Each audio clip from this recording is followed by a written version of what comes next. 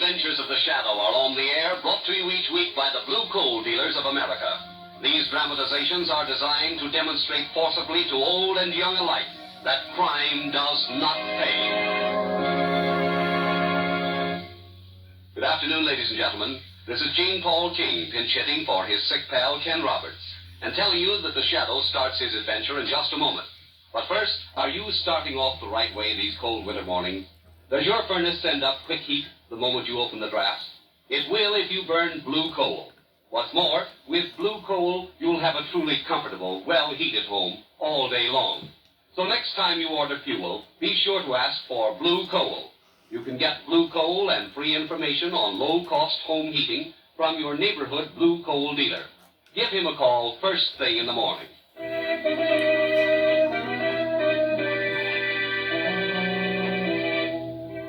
The Shadow, mysterious character who aids the forces of law and order, is in reality Lamont Cranston, wealthy young man about town. As the Shadow, Cranston is gifted with hypnotic power to cloud men's minds so that they cannot see him. Cranston's friend and companion, the lovely Margot Lane, is the only person who knows to whom the voice of the invisible Shadow belongs. Today's story, The Ghost Building.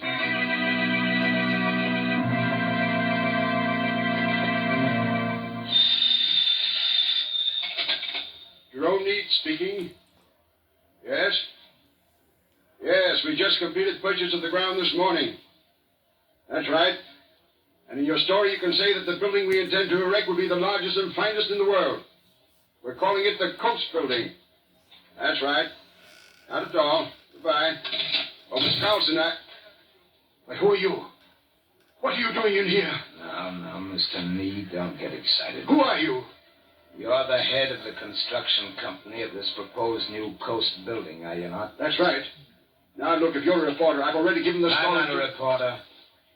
I'm come here to warn you not to erect that building. Now, listen, if this is a prank, it's a pretty poor taste. This is not a prank.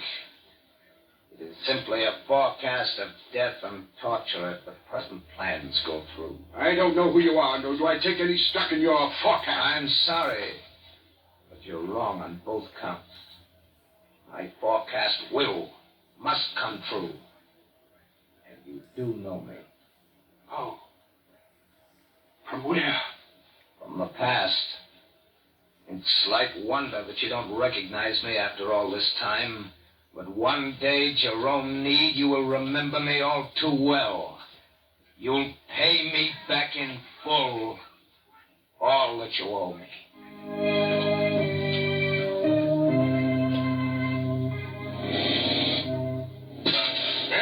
Yourself. You almost missed that rivet. Oh, I was just thinking. You ain't supposed to think. You're supposed to catch rivets. Oh, that's what I was thinking. Years from now, when my kid says to me, Pop, what did you have to do with putting up that largest building in the world? And you'll say what? I'll say, a guy threw a rivet, and I caught the rivet. Then a guy threw a rivet, and I caught the rivet. Then a guy threw a rivet. Catch that when it's coming now. Oh, I didn't see. Hey, look out. Don't lean over like that. Mike, look out.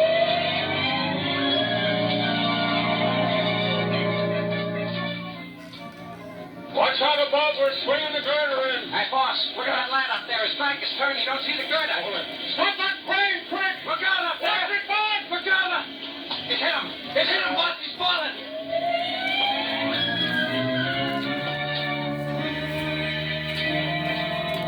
Too many dying, that's what. Too many die on this job. Hey, you got to take chances in this business, Not Joe. me, I don't. Too many dead men in the foundation of this building now. I got Anna and the kids to think about. Nah, you're talking screwy. We're safer up here than them guys down on the street. Besides, Anna and them kids get to eat, don't they? Sure, don't worry, I'll feed them. But not from this job. I'm going below and quit now. This Coast Building is jinxed. Okay. Good luck, Joe. Yes. So long, kids. So long, Joe. Hey, watch your step. Joe, hold on!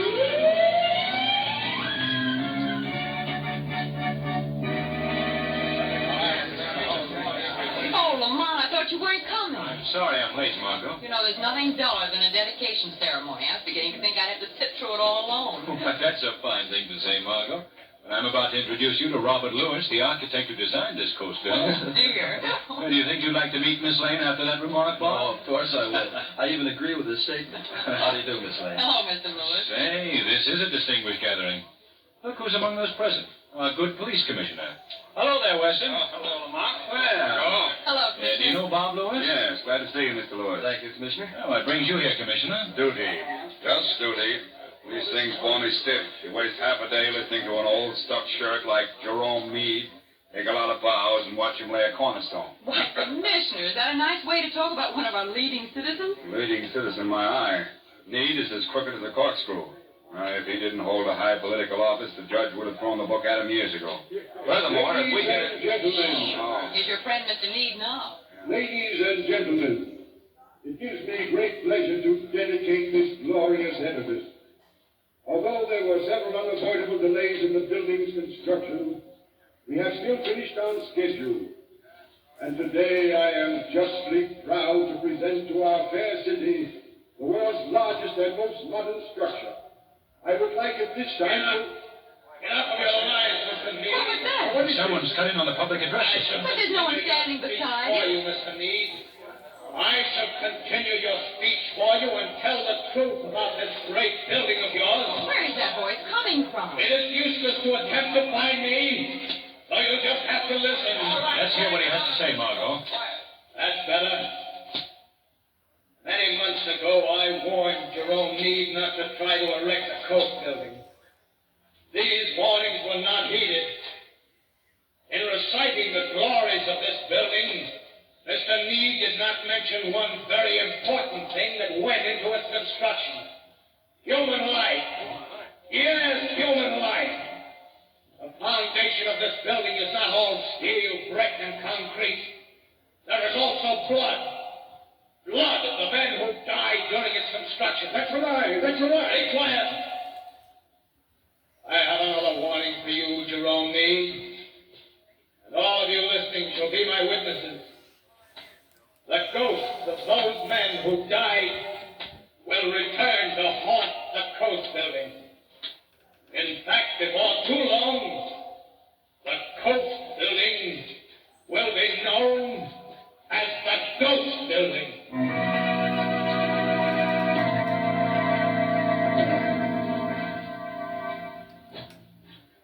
Oh, good afternoon. Good afternoon. I'm Mr. Cranston. Is Mr. Lewis in, please? Oh, yes, come right in. He's expecting you. Thank you. Oh, Bob, Mr. Cranston is here. Hello. I'm Bob's uncle, John. Oh, how do you do, sir? This is Miss Lane. How do you do? Miss Lane? Well, Bob. Lane, Hello. won't you come on into the study? Yes, thank you. I'll have some tea prepared, Bob. Thank you, Uncle John. Right in here, Lamont, Miss Lane. Thanks. Has anyone learned how that voice cut in on Mr. Neat's speech yesterday, Bob? Yes, whoever it was hooked up another mic on the line inside the building. Oh, I see. But you haven't learned his identity. No. Won't you sit down, please? Thank you. Frankly, I'm worried, Lamont. I'm worried because the coast building has meant everything to me. I don't know if I've ever told you of my earlier life, Lamont. No, you haven't, Bob. Well, I was brought up in an orphanage. Yes. Now, the only reason I tell you this is so that you might understand how important this job has been to me. You see, ever since I left the home, my one ambition was to find success as an architect. Which you certainly have. Well, I thought so until yesterday, but now I'm not so sure. Well, what do you mean, Bob? Well, if the coast building turns out as that voice predicted, if it is jinxed, then all my hopes are ruined. But surely you're not going to let an idle threat spoil this great triumph. I don't think it was an idle threat. Well, why do you say that? Well, let me show you this personal message that I discovered in this afternoon's paper. I chanced on it in the classified section. Here you are, Lamont. Read this. Where is it? Right there, right at the bottom of the page. Oh, yes. To Henry Johnson, president of H.P. Johnson Corporation. This is not a warning. It is a forecast. The first of many to come. The ghosts of those who died that the coast building might be erected will return today to claim their own. Johnson has a suite of offices in that building. But surely a threat as public as that couldn't be carried out. Has anyone notified Johnson? I tried to reach him on the phone, but he was busy, so I left word for him to call me back. Well, perhaps we should go over there and... Oh, this may be you now. Hello? Oh, yes, Mr. Neat. What? When? I see. I'll be right over. What's the trouble, Bob? Henry Johnson has just been found in his private office in the Coast Building, stabbed to death.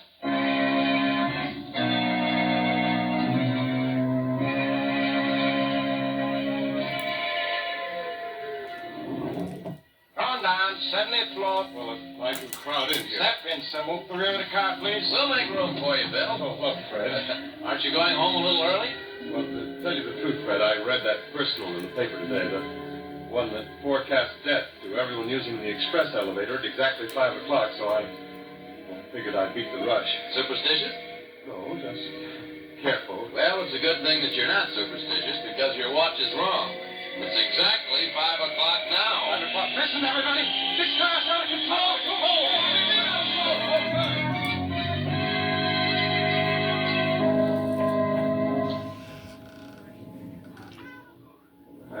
This is the last window I'm going to wash, see?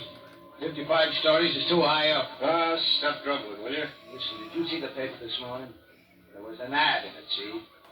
That ad says a window cleaner's going to do a Brody sometime today, and, brother, I just ain't going to be that guy. No, sir, Hey, my safety belt's busted. Well, give me a hand. Give it. I can't reach it.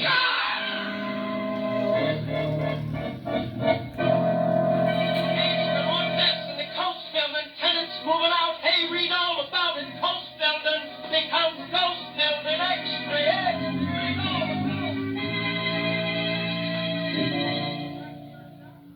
Now, look, Mr. Need. I didn't ask you down to headquarters to get your opinion on what's legal and what isn't legal. That goes for you, too, Mr. Lewis. Commissioner, I'm not arguing with you at all. All right. As both Miss Lane and Mr. Cranston here know, I'm just as anxious to solve this mystery as you are. That's true, Commissioner. All right, Cranston, just let me handle this. But I can't say that I think much of your handling so far, Weston. Oh, no, Mr. Need? Well, suppose you toy with this little statement for a few minutes. I'm arresting you on suspicion of murder. What? Why, of all that... What do you waste it on, Commissioner? Have you got any... Now, wait a minute, all of you. I've got a story to tell. It won't take long, but it definitely links you, Mr. Need, with these mysterious deaths. Oh, this is ridiculous. But go ahead. Let's hear your accusation. I've been checking the newspapers to learn who was sending in those fatal ads in the personal column. And I learned that they'd been sent from various substations and paid for by postal money orders signed by different aliases. Why does that cast suspicion on me? Well, in the first place, Need, I've known you as a crook for many years. Why, you... But your fatal mistake was brought about by overconfidence. You see, the newspapers, on orders from me, did not publish the last warning they received. They turned it over to me. What are you driving at, Weston? This particular warning was addressed to Jules Seaborn, president of Seaborn and Eddy, one of the few remaining tenants in the building. It said that he'd be killed this afternoon. Have you won, Mr. Seaborn? Not personally. I left word for him to contact me. However, the warning wasn't necessary, because I have the would-be murderer here in my office. Weston, I demand to know why you say that. Because, as I said before, overconfidence led to your fatal mistake. This last message to the papers was paid for by a money order signed by a person named Dean. D-E-E-N. Dean? Now do you understand? Obviously, Dean is Need, spelled backwards. Dean, eh? I'm beginning to understand. Ah, Tell me, Weston, was there any first initial accompanying the name of Dean? as if you didn't know. Yes, my friend, the first initial was J. J for Jerome. I thought so. John Dean. What?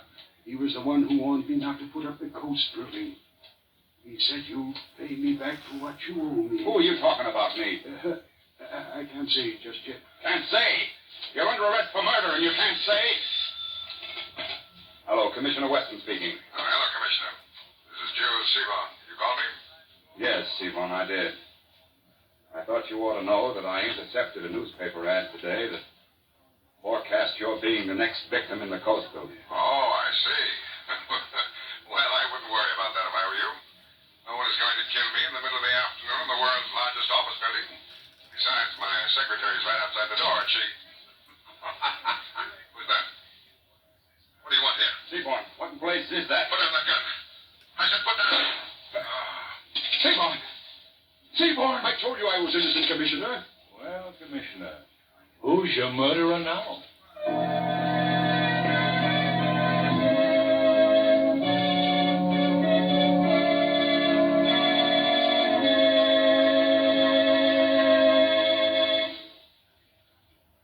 More from the Ghost Building in just a moment. But first, Are you looking for a home heating plan that will really give you your money's worth?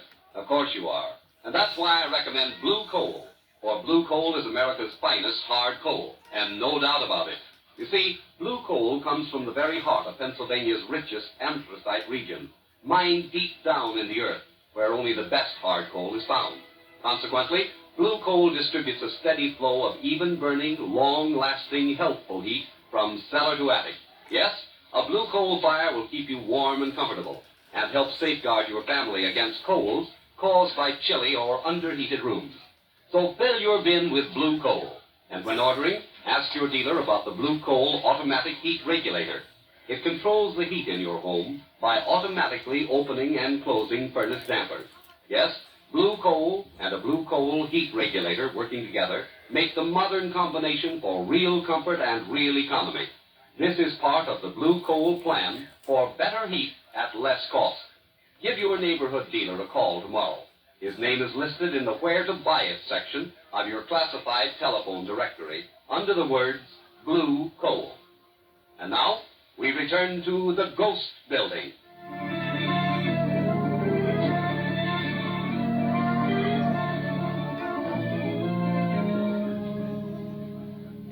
I realize that there's a slight penalty for illegal entry, Margot, but it must be done. Well, I'd like to know how you came by that bunch of skeleton keys, Lamont. Why, in my spare time, I whittle them. In your spare time, you whittle. That's right, I whittle them. There we are. May I have that flashlight, please? Yes, here you are. Thank you. You better stay close to me, Margot. All these murders that have occurred here in the Ghost Building, it's just possible that what I seek in Mr. Lewis's office may be pretty well guarded. I won't stray, don't worry. Well, let's have a look in this desk. May I hold the flashlight for you? Yes, please. Lamont, what if a watchman or someone should see this light? They only check this floor once an hour. I made sure of that. Well, no luck so far. What are you looking for? A very important bit of evidence that I hope to find here, but it doesn't seem to... Hello? What's this? Is that it? Is that what you were after, this letter? No, it isn't what I came after, but nonetheless, it just about cinches the case. Why? What's in it? I haven't even looked at its contents. The address in the envelope is all that I need. I'll show you what... What are you doing No. here? Steady, Margot. Answer me, why are you here? If, you take that mask off your face, I might answer you. You'll answer me now or I'll shoot. Now, look, we haven't any... Put out that flashlight, Margot. Go! What are you...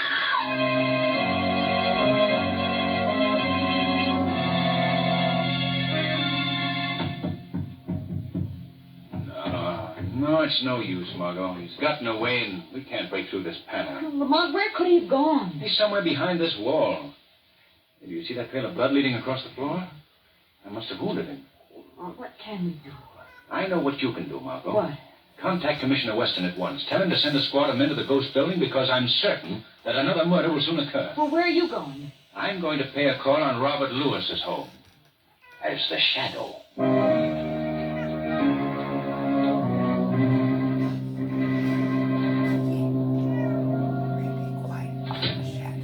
Uncle John? Uncle John, is that you? Thought he came in. And now let me see. There's windows on the ground floor. Space for a store. What was that? Sorry to interrupt your work, Mr. Lewis. Who is it? Who's speaking to me? I am known as the Shadow. Where are you? I don't see anyone. I'm standing right beside you, Mr. Lewis. But you needn't bother to look for me. By my hypnotic power, I've made myself quite invisible to your eyes. Why are you here? What do you want of me? I would like to know where your uncle is. Why, he's out. Then perhaps you can tell me what I wish to know about him. What is it? Is he really your uncle, Mr. Lewis? Of course. Of course he is. You're lying. Now, see here, I don't... The man that you call your uncle is in reality your father. Isn't this true? No. No. And you are not Robert Lewis. You are Robert Dean, the son of John Dean, the man you call your uncle. I don't know what you're talking about. Then perhaps if I remind you of a letter, it will help. A letter addressed to you at the orphanage, postmarked 1908. I found it in your office. How dare you rifle my office? I checked with the orphanage and found that a Robert Dean had been left there in 1908 at the age of 3, after his mother had died, and his father had been sent to prison to serve a 40-year term. He was sentenced for attempted murder on the person of Jerome Need, his business associate. You learned all this? Your father was released in October of 1940 for good behavior, and he has since made good his revenge on Jerome Need. You can't prove that. Oh, but I can. By the money order that he signed with the name J.D. Jerome Need could identify him, too. Why do you do this to me? Because you share your father's guilt. Your complicity helped him perform the murder. No. You built those secret passageways in the building. And I have an idea that you even have blueprints. Secret blueprints of your work. Now, where are they? You'll never get those. So you have them then. In that drawer that you involuntarily reached. Keep away from me. You shall never get those. Oh, yes, I will. Don't put out that light. Too late, Mr. Shadow. Not too late to see those prints and take them. Give them to me. Give them back to me. You'll never get them now. No, and you won't get me. Louis! Louis!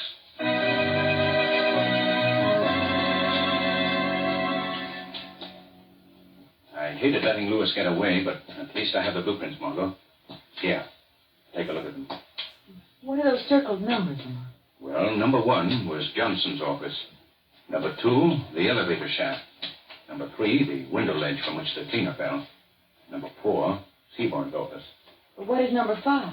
That's circled, too. Wait, I'll look below. Wait, that's the conference room of the Board of Trustees. That must be the planned scene of the next murder. Oh, Lamont, you really think so? Of course, Margot. If another vicious killing is to be averted, we must get to the Ghost Building at once.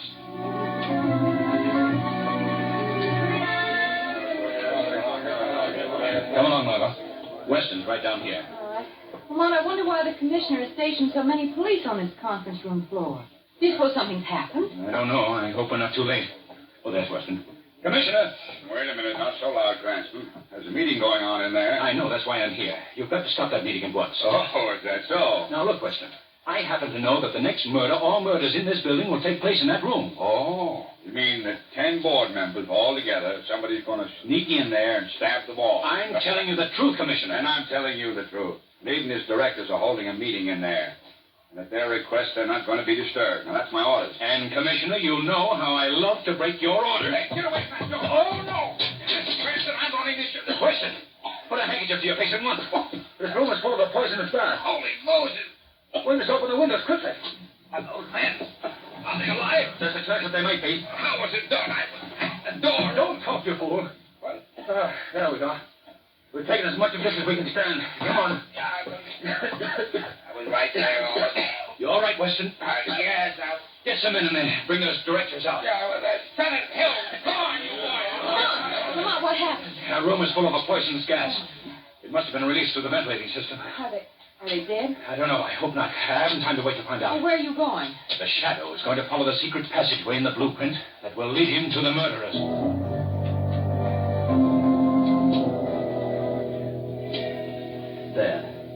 Dad, won't you let me get you to a doctor? No, son. Wouldn't be safe for you. Besides, I'm afraid it's too late. The wound is bleeding so much.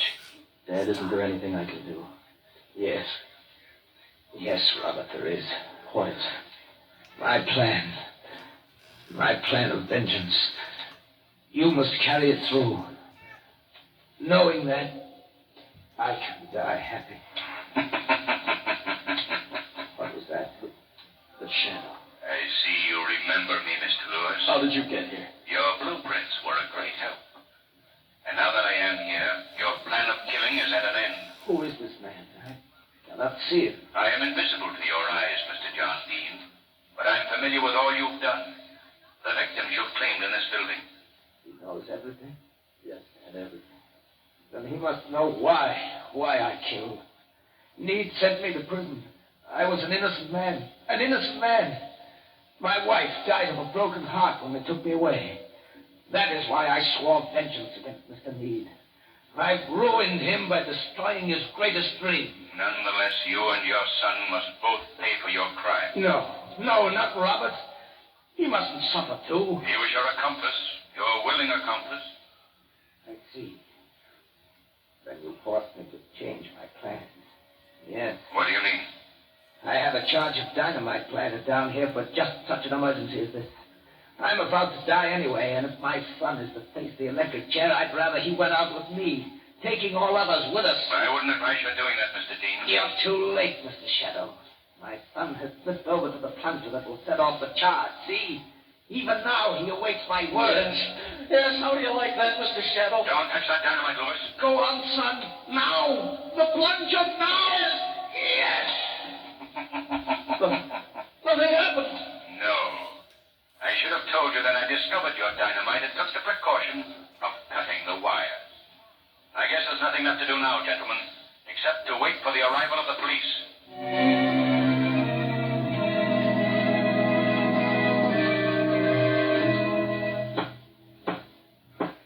And so, before pronouncing sentence on you, John Dean, and your son Robert Dean, I would like to point out to you and to all other members of society that no matter how great a grievance you have against an individual or individuals, you have neither a legal nor a moral right to seek a personal vengeance to atone that grievance. Your case is an object lesson of a familiar phrase that cannot be repeated too often. Crime does not pay.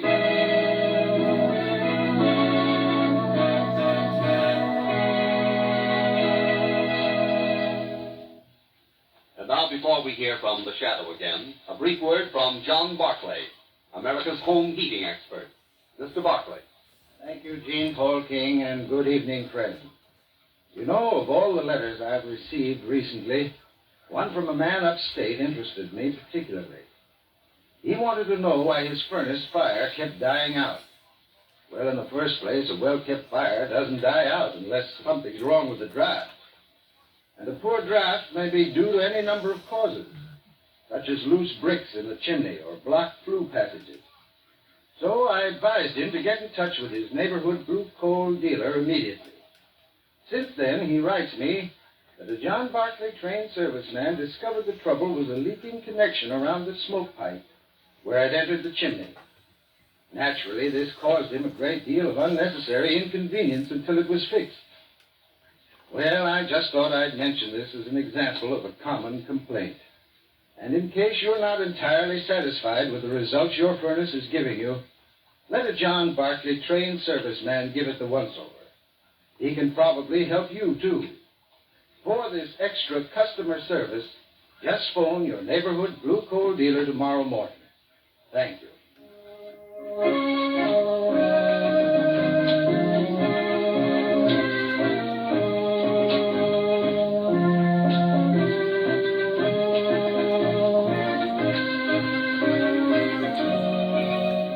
Today's program is based on a story copyrighted by The Shadow magazine. The characters, names, places, and plot are fictitious. Any similarity to persons living or dead is purely coincidental.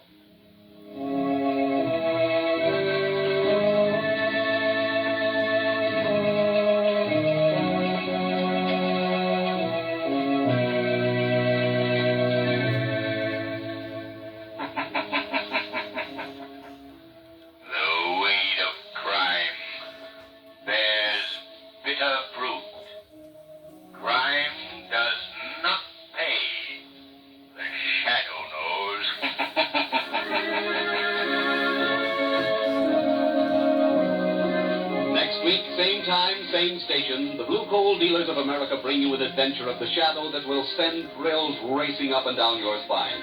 So be sure to listen, and be sure to phone your friendly Blue Coal dealer for greater heating comfort at less cost. This is Jean Paul King saying, keep the home fires burning with Blue Coal.